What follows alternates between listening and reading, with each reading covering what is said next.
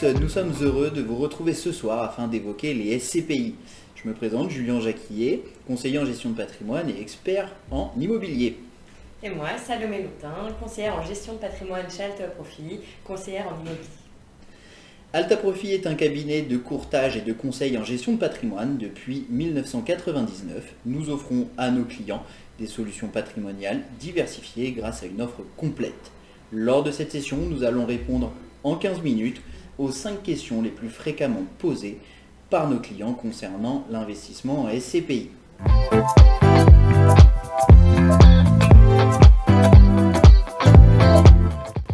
La première question que l'on peut se poser ici est qu'est-ce que la SCPI ?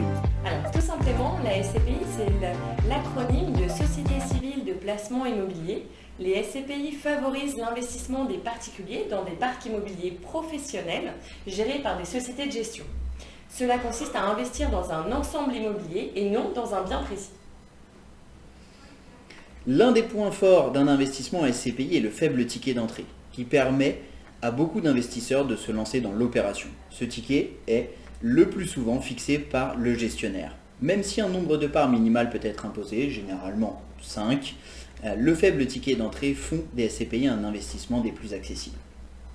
Une autre question que l'on peut se poser est quels sont les avantages d'investir en SCPI, Salomé ? Alors le premier, tout simplement, c'est la mutualisation et la diversification des risques. On vous donne accès à des parcs immobiliers professionnels diversifiés comme des bureaux, des locaux d'activité ou encore des cliniques privées.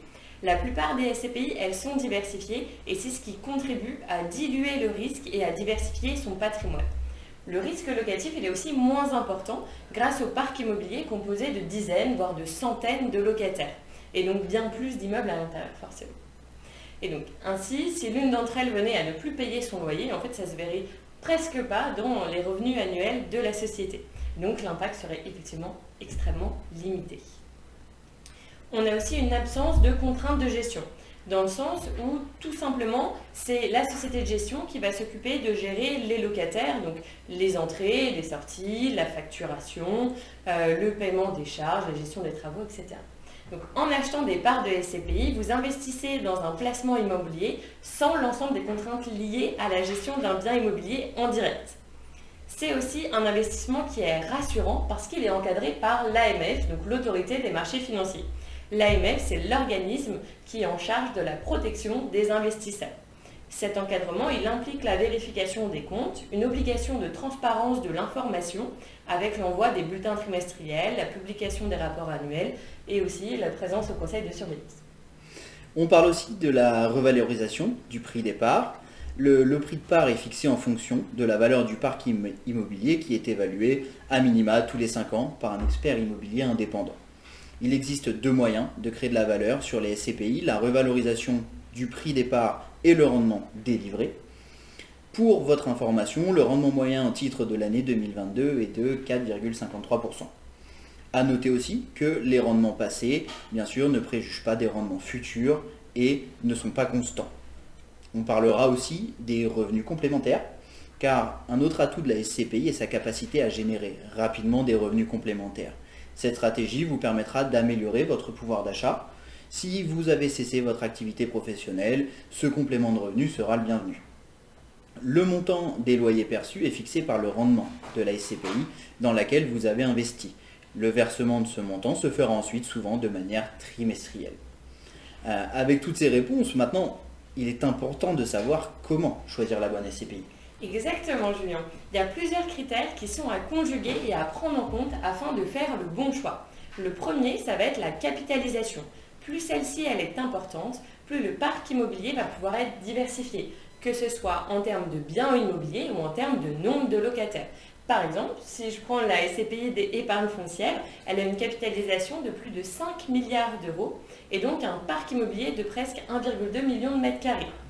Donc cela permet de diminuer le poids des locataires les plus importants dans le revenu annuel. Le premier locataire, il représente seulement 3,70% à l'intérieur. C'est assez minime comme impact. Ensuite, ce qu'on va regarder, c'est le taux d'occupation financier. Donc c'est le pourcentage qui va expliquer la vacance locative. Idéalement, il est vraiment supérieur à 90%. S'il est autour des 85%, c'est très bien aussi. Et puis ce qu'on va aussi regarder, c'est l'historique de l'augmentation du prix de part. Ça nous donne une indication sur la bonne gestion des actifs et c'est une source de création de valeur. Une augmentation de prix de part, ça correspond à une plus-value immobilière.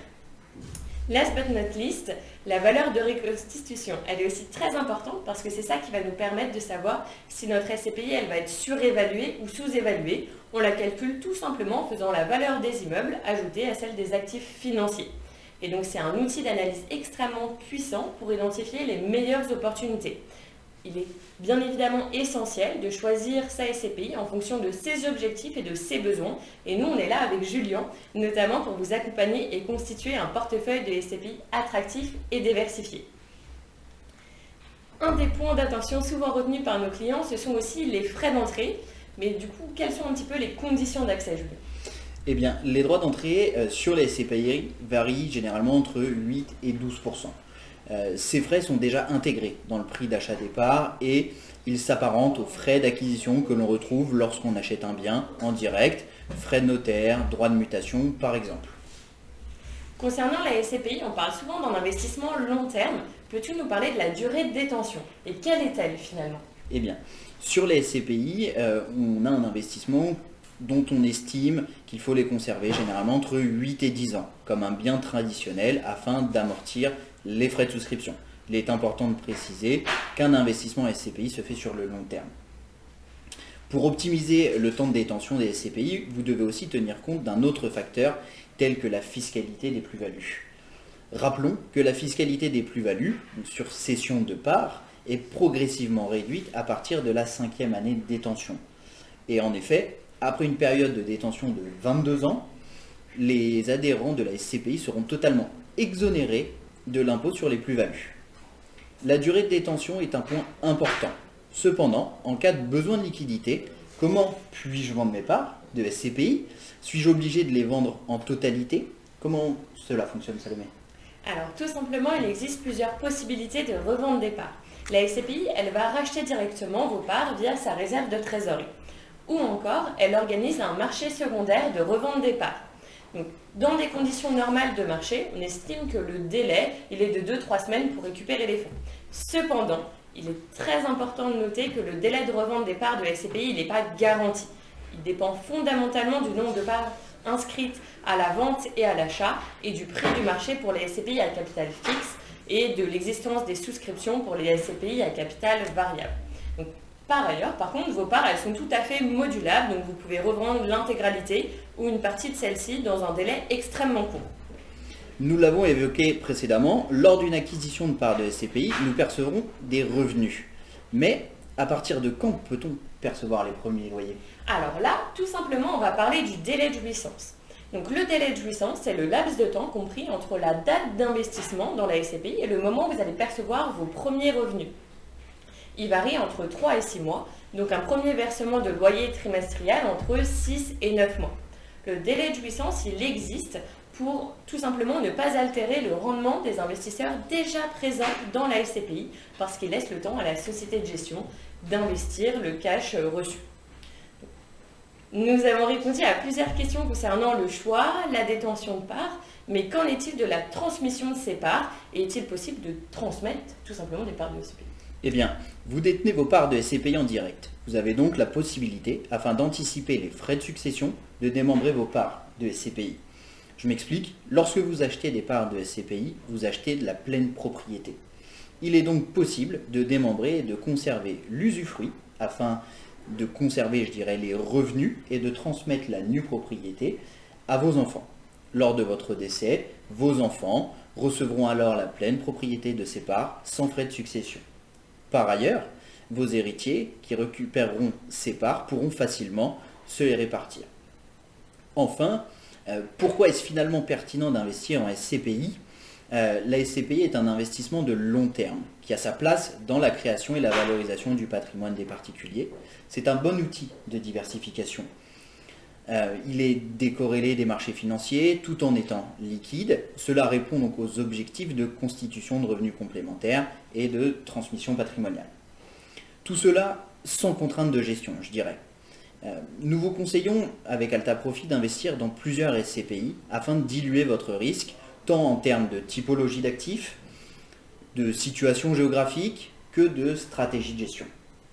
Fort de notre expérience, nous avons développé des partenariats avec Alphéis ainsi que les meilleures sociétés de gestion du marché pour proposer les meilleures alternatives, je dirais, à nos épargnants. Nous avons réalisé une sélection de 18 SCPI représentatives du marché actuel. Nous avons donc ce soir avec Salomé évoqué donc, les questions les plus fréquemment posées par l'ensemble de nos clients. Nous avons reçu aussi un grand nombre de questions lors de cette session et nous allons répondre à certaines.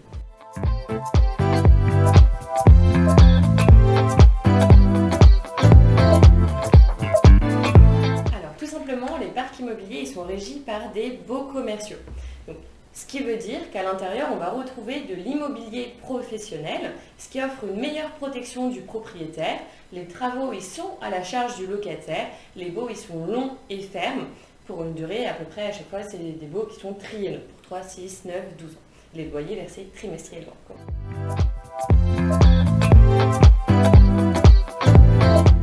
Eh bien, aujourd'hui, il existe plusieurs possibilités de détention. La première, en assurance vie classique, où là, la petite subtilité, c'est que vous ne serez pas détenteur en nom propre de ces parts. La compagnie d'assurance détient ces parts et vous permettra d'investir dessus. Sinon, vous avez la possibilité de les détenir en direct. C'est-à-dire que vous avez 3 grandes possibilités. La détention classique, je dirais en pleine propriété, où là vous détenez vos parts de SCPI et vous touchez des loyers trimestriellement. La deuxième, une détention en démembrement temporaire, où là vous allez faire l'acquisition uniquement de la nue propriété pendant une durée qui est prédéfinie lors de la souscription. Et la troisième, la détention à crédit par le biais d'un prêt immobilier SCPI.